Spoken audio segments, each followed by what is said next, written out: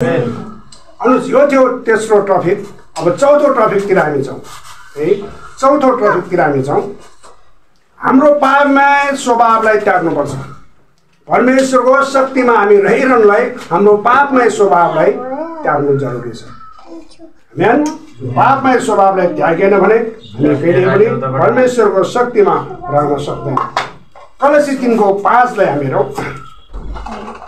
कलसी 3:5 यसकारण तिमीहरूमा जो संसारिक स्वभावका कुराहरू छन् तिनलाई मारा, व्यभिचार, अशुद्धता, कामुकता, खराब इच्छा र लोभ त्यो मूर्ति पूजा हो। अनि तपाईँले मैले व्यभिचार गरेको छैन, खराब कुनै पनि गरेको छैन, तर लोभ चाहिँ गरेको छ नि, त्यो पनि मूर्ति पूजा, त्यसले पनि पाप सक्यो सक्यो।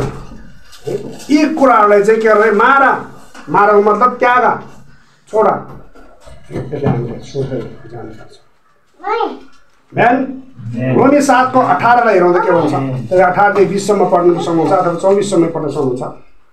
18 रोमी 7:18 किनकि मलाई थाहा छ कि ममा अर्थात् मेरो पापमय स्वभावमा केही असल कुराले वास गर्दैन। जे असल छ त्यो गर्ने इच्छा ममा छ, तर म त्यो पुरा गर्न सक्दिनँ। असल गर्ने त हामीले मन छ र पनि त्यो पुरा गर्न सक्दैन। किन? हामी पापमय स्वभावमा स्पष्ट भइसकेको छ। मेरो पापमय स्वभावमा केही असल कुरा विश्वमा एकदम डर भनेको छ। हामीले यो खराब कुरा पापमय स्वभावलाई त्याग्नुपर्छ। रोमी 8:13 लाई हेरौँदा यो पापमय स्वभावलाई केले त्याग्नु छ? रोमी 8:13 यसले पूर्ण जवाब दिन्छ। किनकि पापमय स्वभाव अनुसार जिउँछौ भने तिमीहरू मर्छौ। किनकि पापमय स्वभाव अनुसार जिउँछौ भने तिमीहरू मर्छौ, तर यदि पवित्र आत्माद्वारा शरीरका कार्यहरू तिमीहरूले निर्मूल पार्यो भने तिमीहरू जिउने छौ। आमेन। हाम्रो शरीरमा त्यो पापमय स्वभावमा डोर्याउने त्यो पापमय स्वभावलाई निर्मूल चाहिँ कसले बाध्य रहेछ? पवित्र आत्माले। आमेन। पवित्र आत्माद्वारा नै हाम्रो पापमय स्वभावलाई निर्मूल पार्यो भने हामी बाँच्नेछौँ भनेर यहाँ वचनले स्पष्ट भनिसकेको छ। अब तपाईँको इच्छा हो, परमेश्वरले त भनिसक्यो तपाईँ कुन हिसाबले जिउनुपर्छ त्यो तपाईँको इच्छा हो।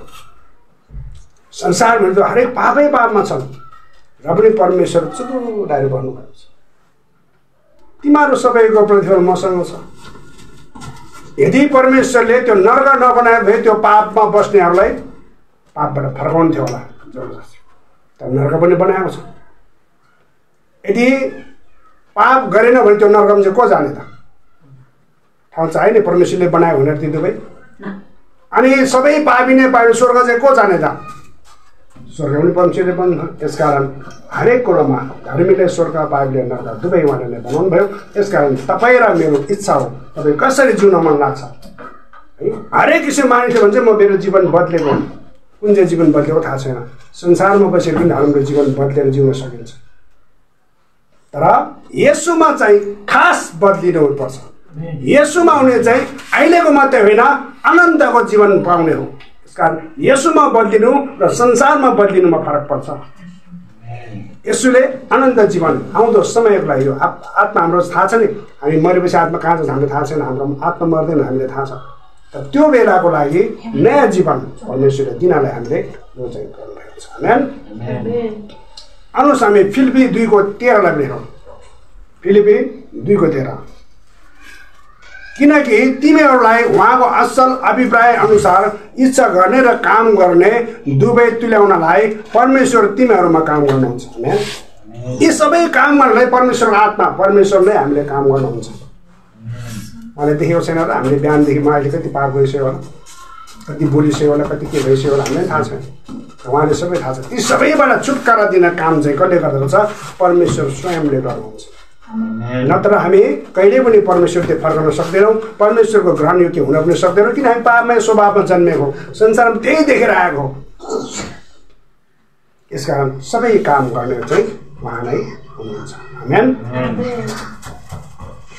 हाम्रो चाहिँ यो जुन हामी पवित्र आत्माको शक्तिमा कसरी रहने भन्ने विषयमा पहिलो टपिक थियो हामी प्रार्थनामा लागिरहनु छ।